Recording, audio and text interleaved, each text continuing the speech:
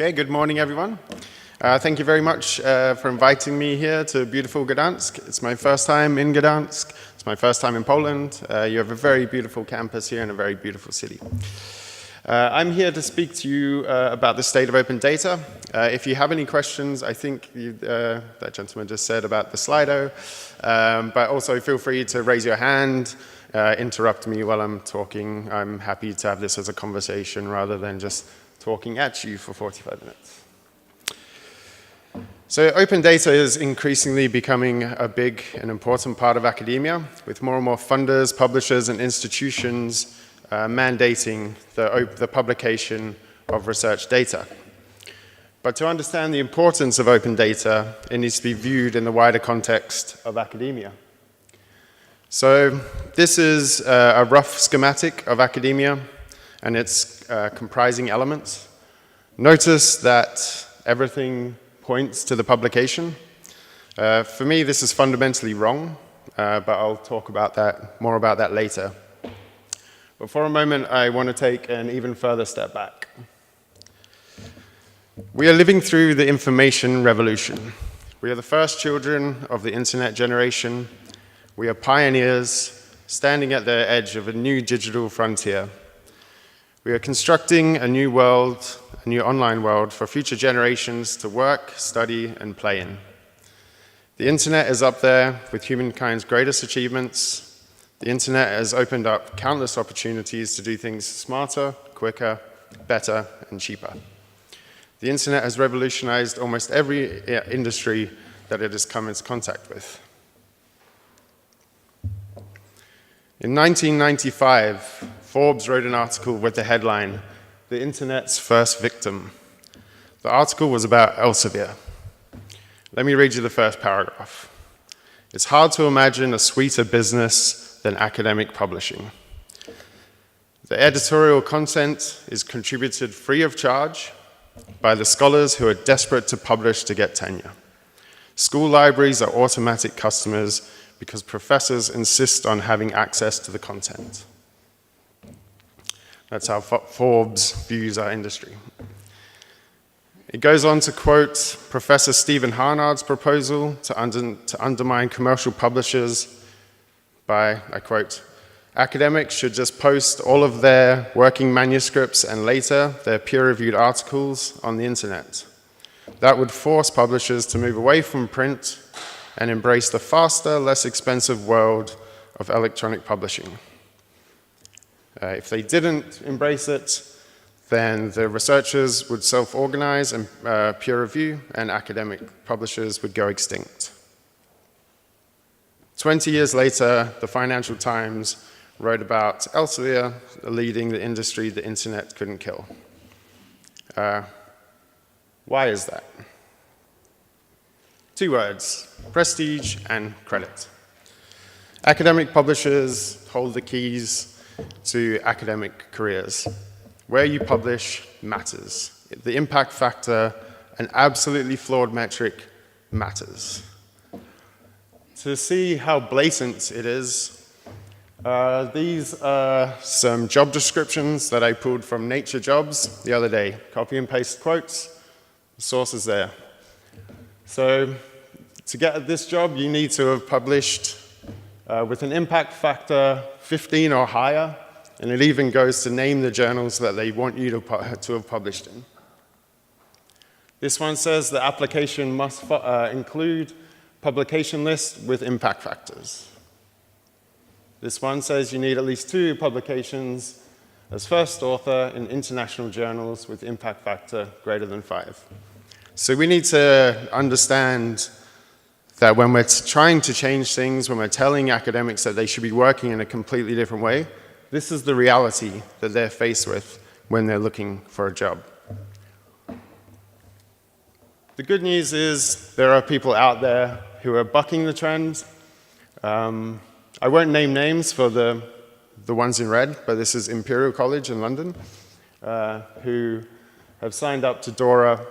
If you're not familiar with that, then I'm sure that'll be talked about later. And they say that they don't use the journal impact factor when hiring. So DORA is a great thing. That's really tackling the impact factor. Plan S, Coalition S, which hopefully you'll hear more about as well, is tackling a lot of the issues around open access. So I won't dwell too much on my talk and taking down academic publishers because I believe that the community is moving in the right direction on that. So I'm here to talk about open data.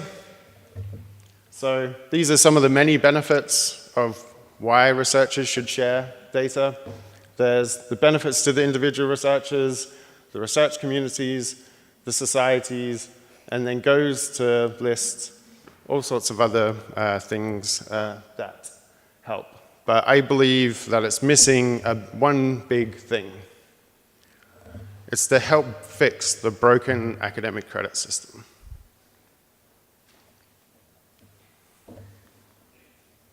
Cool. So, cue Figshare.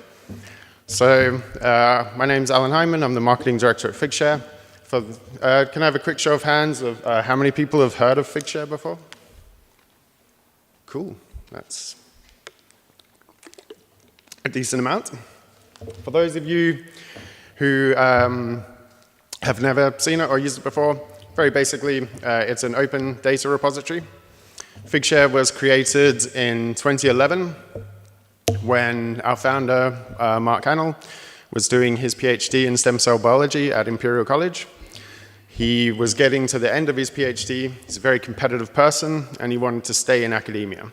In order to stay in academia, as you know, as we saw, you need to have published a lot and published in the right places. So he had only published 2 papers, but he had done a lot more work than that. You know, the sum of his PhD was not these 2 papers. He had been working on lots of other things and produced a lot of data and a lot of data in weird formats. So he was like, well, how do I make this public and how do I get credit for all of this stuff? I spent my weekend working on all these things and no one's ever going to see it. So he built a platform where he could share his data. So he was a stem cell biologist. He was specializing in mobilizing stem cells from the bone marrow to go and help fix things. So his data was videos. So at the time, when he wanted to try and publish a video with academic publishers, they didn't accept it. It was just, you know, we accept PDFs, and that's about it. So he created a platform where you could share anything and get credit for it. We modeled it on things like YouTube, where in this day and age, it's so easy. If you want to upload a video to YouTube, you drag and drop it into your browser, you add a title, a little bit of metadata, and it's live. Why are academic systems so much more complicated than that? It shouldn't need to be any more complicated than that. So we have a very simple upload, and then presenting the data back as well. In academic publishing is one of the only places where if you want to view a video that's related to something, you have to click download and then download it. Like YouTube, you just click play and it plays in the browser. So we try and do that for every file type. So this is a poster. This is a video. This is a data set. This is an IPython notebook. This is a 3D file. That is a Gephi, I believe. So basically anything that you throw at Figshare, we preview it and visualize it in the browser, making it a lot easier to interact with and digest. We started off with an end-user product where researchers can come along for free and upload whatever they want, make it publicly available. Then publishers came to us and said, we like what you guys do with data, so can we use this technology? Now we power the data infrastructure for pretty much every major publisher except for Elsevier. So Springer Nature, Wiley, Taylor & Francis, PLOS. If you've ever had to make your data available or one of your researchers have had to make their data available through a publisher, there's a good chance that data is on Figshare. And more recently, well, the last few years, we have started working with academic institutions, which is very similar to the Figshare.com platform, but just with a lot of administrative control in the background. We work with a lot of universities in the UK, Stockholm University, Amsterdam University.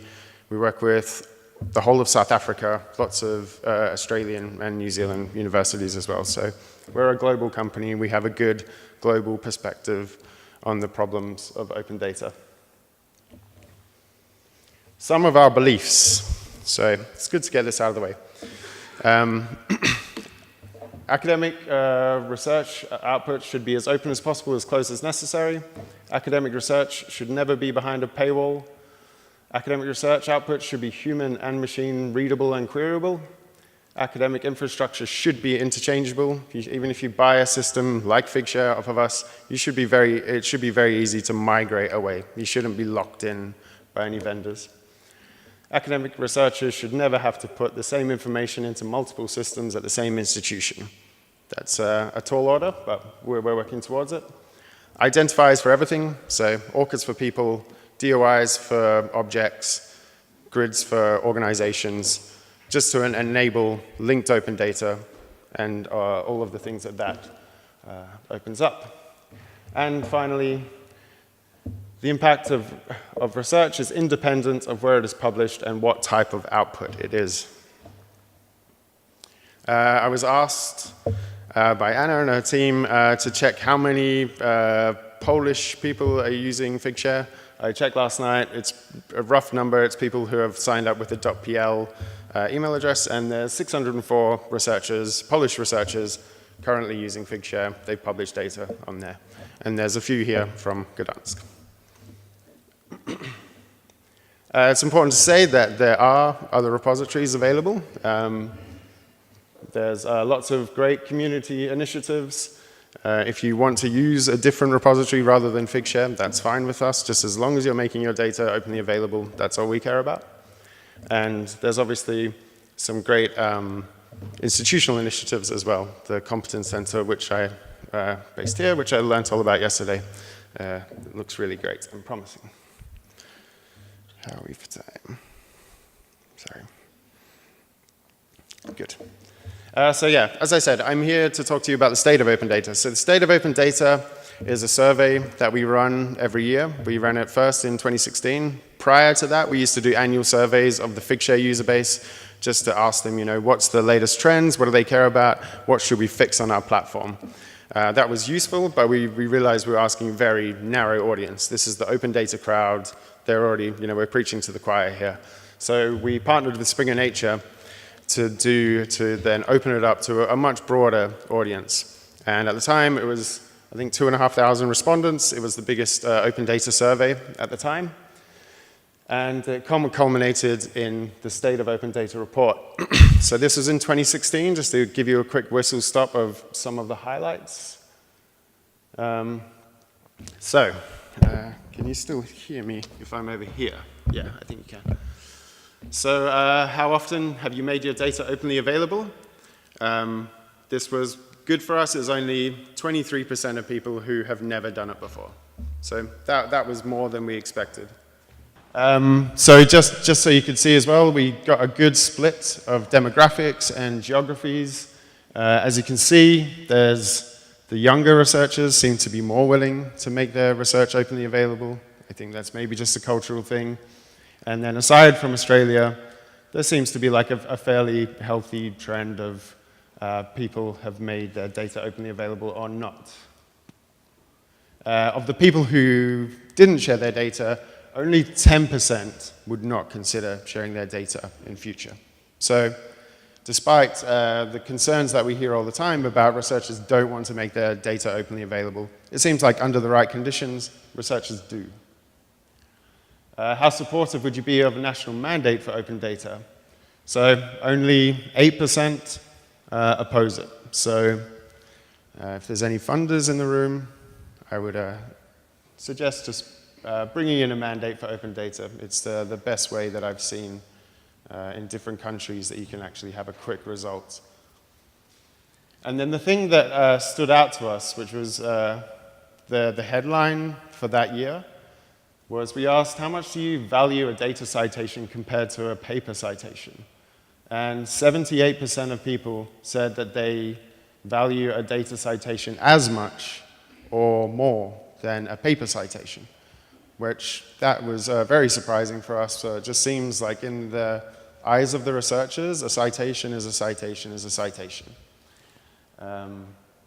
And I believe there's a talk coming up later today on how to cite data, so that fits in nicely with this. Off the back of that, so we don't just do these surveys for fun and put out a report. We analyze the information, and then we see how we can make our platform better using that data. So we added citation counts of data to the platform. We're the only data repository who has data citations. So yes, it's, and as you can see, people are citing data.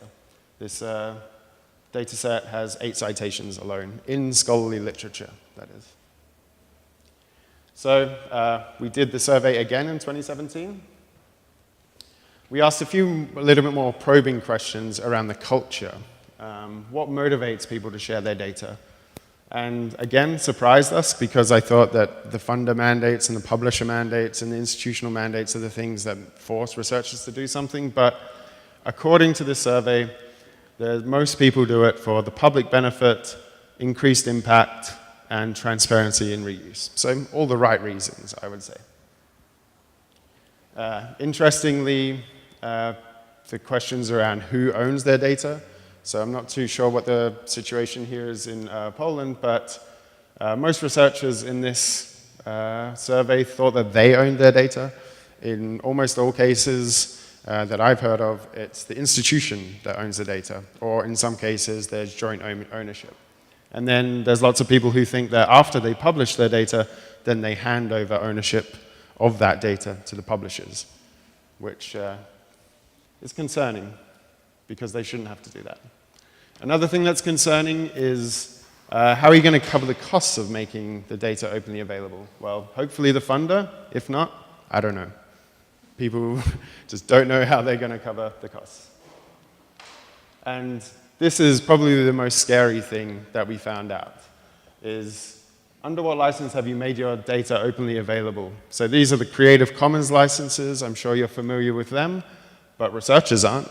They made their data openly available, but they have no idea under what license. So this is incredibly dangerous as well, because if you accidentally make data available under a more restrictive license than you intended, then you're effectively poisoning that data set for future use. So the thing that came out of 2017 was there is a massive education gap. There's a lot of knowledge in this room that, for whatever reason, is not making it to the researchers. So the State of Open Data 2018 hasn't actually been published yet, so you guys are the first to see this data. It'll be coming out in Open Access Week in October. So the boring thing is a lot of the trends were flat this year. There was no major peaks or troughs, and a lot of the trends that we saw in the last year. Seems that awareness has kind of plateaued. But we did ask some questions around FAIR data. Who knows what FAIR data is? Not many people. Okay, interesting. So, FAIR data is what a lot of funders are now saying that, and publishers saying that open data isn't good enough. It needs to be fair. So FAIR stands for findable, well, I'll skip forward a little bit. Findable, accessible, interoperable, and reusable. So this is the idea that it's not good enough just to say that my data is openly available, because openly available could be on my website or something. So, and what happens if your website goes away or something, then that data is not going to persist. And then there's lots of specifications around metadata as well. So while there's lots of funders and publishers saying that you must make your data open and fair, again, no one is telling the researchers.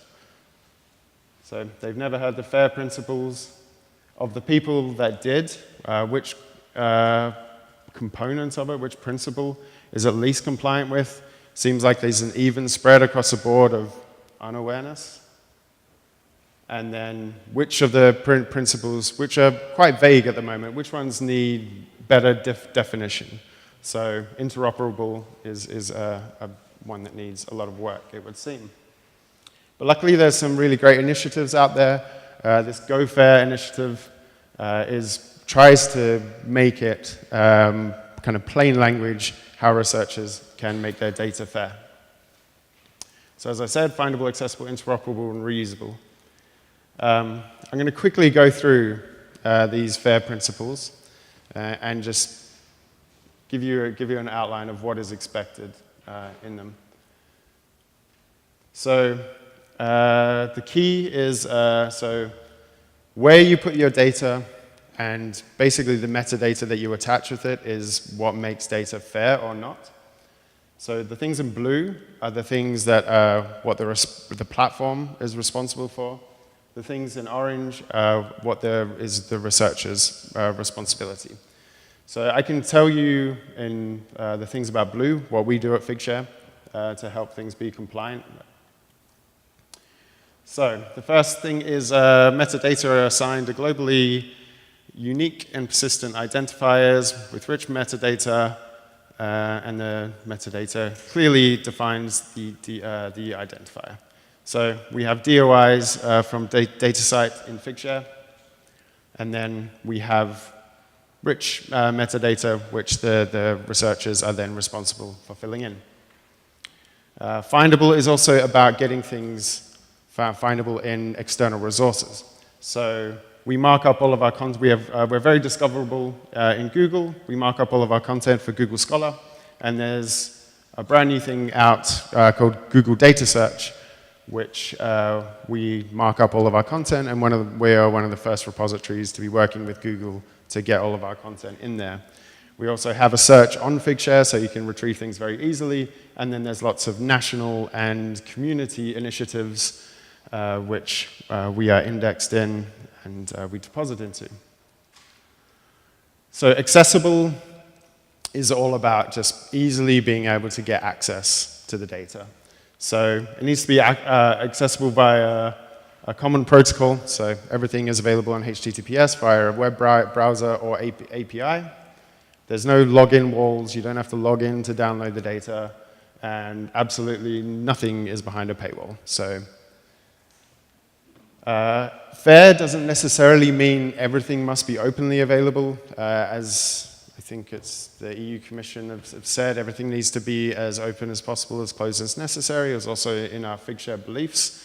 So we know that not everything can be made available. So we have lots of nuances around the types of files that you can make available, metadata-only records, putting things under embargo, making the metadata available, but the files unavailable.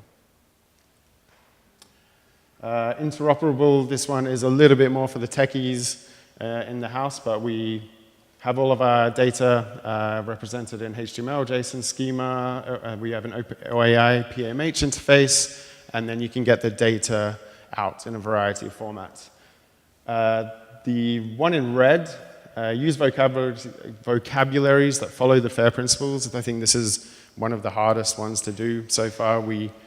Our category system is based on an Australian system of categorization, which is, it's not perfect, but it's one of the hardest things to do is to get categories and ontologies right. And reusable as well. So this one is mostly down to the researcher. Again, there's something about the license, so we use the Creative Commons suite. On Figshare.com, we don't allow any closed licenses, so any CC0 or CC BY, but when we work with institutions, we open up the full Creative suite. And then I think the rest of the things on there, you shouldn't really expect the researchers to manually key in everything to do with the data that they're uploaded. I think there's a lot of things that we can be doing auto-magically where it's captured from the machine that they're using at the time, and it brings in as much as that provenance metadata without the researcher having to sit there and rekey everything every time. So in terms of the FAIR principles, they do say that everything needs to be fair for humans and machines. I think we're there. It's possible for humans, but machines, the I and the R at the moment, we just don't have the technology. It's going to take a little bit of time to train AI to understand if things are properly in context with the right metadata. So in the meantime, we can help out our robot friends. So at Figshare, we have a whole section of the site which is around curation. So rather than just leaving it to the researchers to publish on their own, I mean, we work with like nearly 150 or so institutions now, and it's about a split down the middle of there's two schools of thought. We trust our researchers. You know, it's their academic portfolio and career on the line. They can just publish whatever they want. We don't want to be the gatekeepers. And then there's other people who are like, we want to make sure that we just want to check every file before they go live.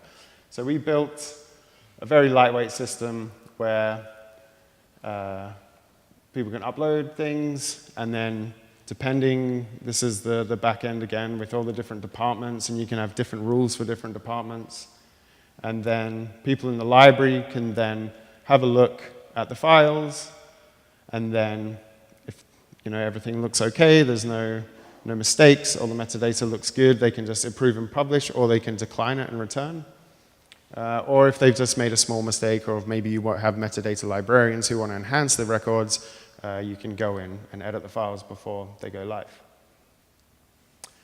So they're the FAIR principles. I want to take the liberty to try and add one, which is interactive. This is so if we've made all of our data fair, I think the next step is to try and make the data interesting and interactive for lay people or for fellow scientists to, at a glance, be able to use it and reuse it. So, fairy. So some examples of this. I was going to try a live demo, but I'm not going to risk that. But the URLs are at the bottom if you wanted to go and have a look at this. So we eat our own dog food at Figshare. When we do the state of open data, we make the report openly available, and then we make all of the survey data that underlies that report openly available as well. And then not only do we make the data openly available in the survey, we built some data visualization as well. So if you download that data set, which you're welcome to do, but then you're then going to have to wrestle with Tableau or Excel to make tables and make a head or tail of the data. So we built an interface that queries the DOI in Figshare, pulls in all the data, and then plots these graphs on the fly automatically. This was based off some work from Oxford University. They were already doing some great work with data visualization. So this is a map of Roman shipwrecks. So again, if you look at the data set, all it is just tags and then coordinates. So by plotting it on a map, straight away, you can see what it is, you can see where the clusters are, you can see where the outliers are, and then find what you were looking for a lot easier than looking through columns and rows. And then another cool example of people using Figshare in weird and novel ways. The good thing about having an open platform and an open API is you kind of just release it into the world, and then people do weird and wonderful things with it. And you can kind of take credit for it in presentations like this. So this is a study at Oxford University of the online gig economy. So this is websites like TaskRabbit and contractor websites where people can, where jobs are posted for, I suppose, the gig economy. So this, they've written a script that goes and scrapes a load of websites every single night, finds out which jobs are available in which industries, and then that automatically uploads the data to Figshare every night via the API, and then they have a data visualization which queries the Figshare data and plots it. So these researchers have effectively automated a big part of their job. They can come in every day and then just have a look on the table what changed last night. So really speeding up the efficiency of their research. Something else that we do at Figshare is content aggregation. So the institutions that we work with, they were like, as I said earlier, we don't mind which repository you use, just as long as you make your data openly available. And that's the attitude of a lot of institutions as well, is just make the data openly available in the right place. If there's a discipline repository, then that's great. As if there's a subject-specific repository, then you should use that. So what we're doing now is aggregating content for our customers. So regardless of where your researchers have published data, we are going out there and then pulling it in. It's open data, so you're allowed to do it, and then putting it into the repository. So you can say to your researchers, put it wherever you want, or we have a repository, you can put it directly in there, or go out and use your chosen repository, and it'll still end up in the institutional repository as well. And then so the researchers are happy, they don't have to change anything in their workflow, and you're happy because you can see the impact of all of the data regardless of where it's published. So in closing, this is how I think that we can change, is this working again? Cool. Academia for the better by moving away from channeling all of these rich and interesting things, channeling and hanging them off the publication. Everything is important in its own right, and depending on if you're a librarian or a researcher or a research administrator, some of these different things are going to be more important to you.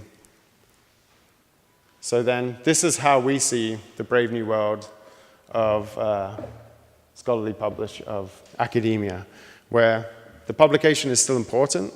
We're not going to deny that. It's probably the best story. It's the best bit of metadata in terms of data.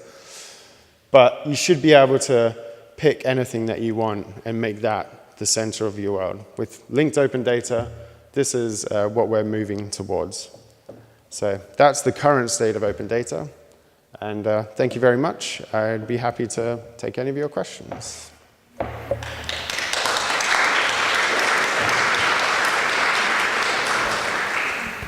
Thank you, Alan. Now it's quarter to time for questions. So maybe for the audience, do you have? Okay. Thank you. Thanks, Alan, for your presentation. I have a question about your collaboration. You didn't mention anything about dimensions, and I know that you started to some collaboration with them. Can you tell us a little bit more? Yeah, sure. So we are part of Digital Science. So if you're not aware of who Digital Science is, it's an incubator of software startups. I suppose we're not a startup anymore, we're 6 years old. And so they invest in different software companies in the academic space. One of our sister companies is Dimensions.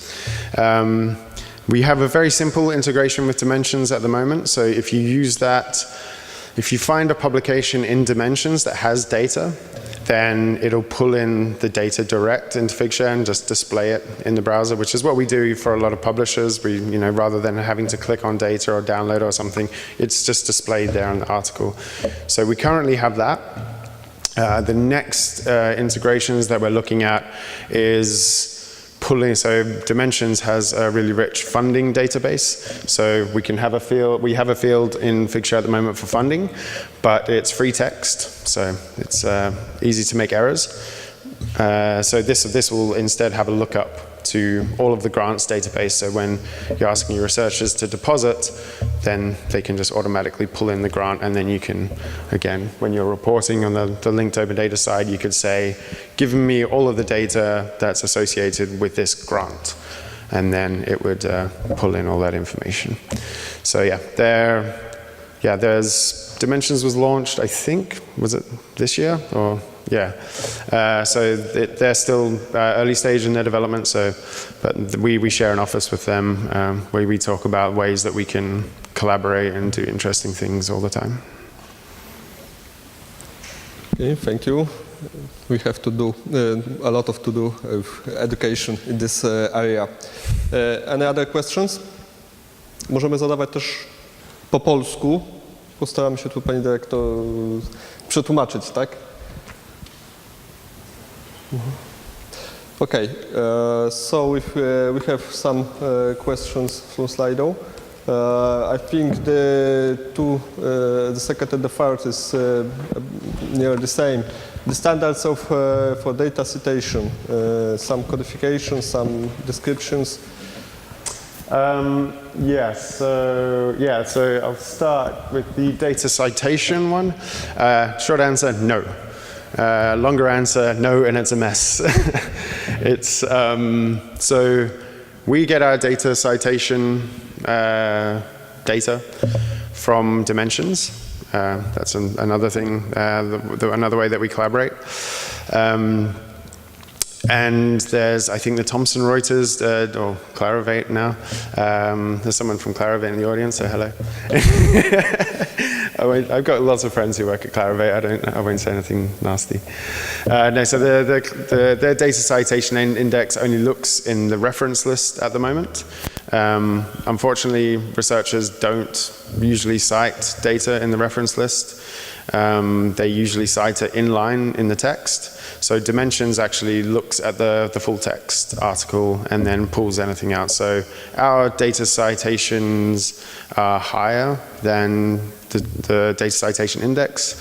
There's some journals, I believe PLOS and a few others, that have a data citation section. So no, there's lots of different ways that they're doing it at the moment. It's quite messy, but as far as I'm concerned, like as long as people are making data openly available and citing it somewhere in the literature, then that's technology's problem to fix. It shouldn't be too hard to overcome. We just need to get some kind of standards. Metadata standards for open data descriptions. So we use the DataCite schema. It's quite simple, but the good thing about it is it's applicable to it is applicable to all research because it is so vague.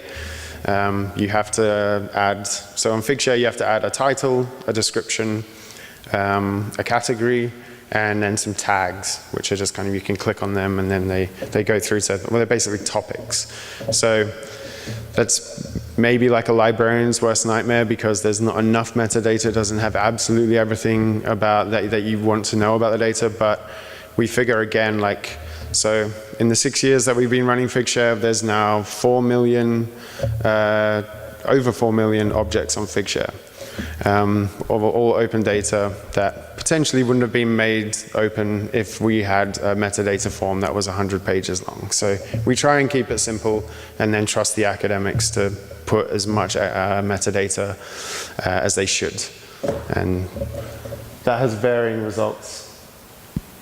How did it start? At the beginning of open data. So open data itself is as old as time, and it's weird that the kind of the pioneers in this space was actually governments. So if you think that maps are a form of data, census data, governments have been making this data openly available for centuries, and they're actually leading the charge a lot with open data. Open research data is relatively new. There's lots of change that we need to do around the culture of academics because a lot of them think that they own their data, that that's theirs, and how dare anyone try and get access to it. But the reality is, if you take taxpayer money for your research, then you should make all of your products of research available for the people. End of.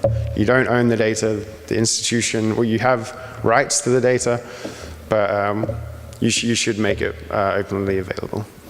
So we are still, I think, in the infancy of open research data. We still have to do a lot of education and advocacy. And I know that you guys are just at the start of the journey here in Poland.